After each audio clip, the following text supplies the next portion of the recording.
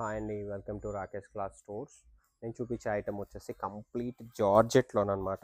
జార్జెట్లో exclusive tissue item మీద work, hand work complete. ఇదేమంటారు, జర్దోసి వర్క్లు అంటారు కదా, అట్లా అన్నమాట. చూడండి వర్క్ ఎంత బాగా చేయించామంటే, చూడండి 3D స్టైల్లో ఉండిద్ది వర్క్ కూడా.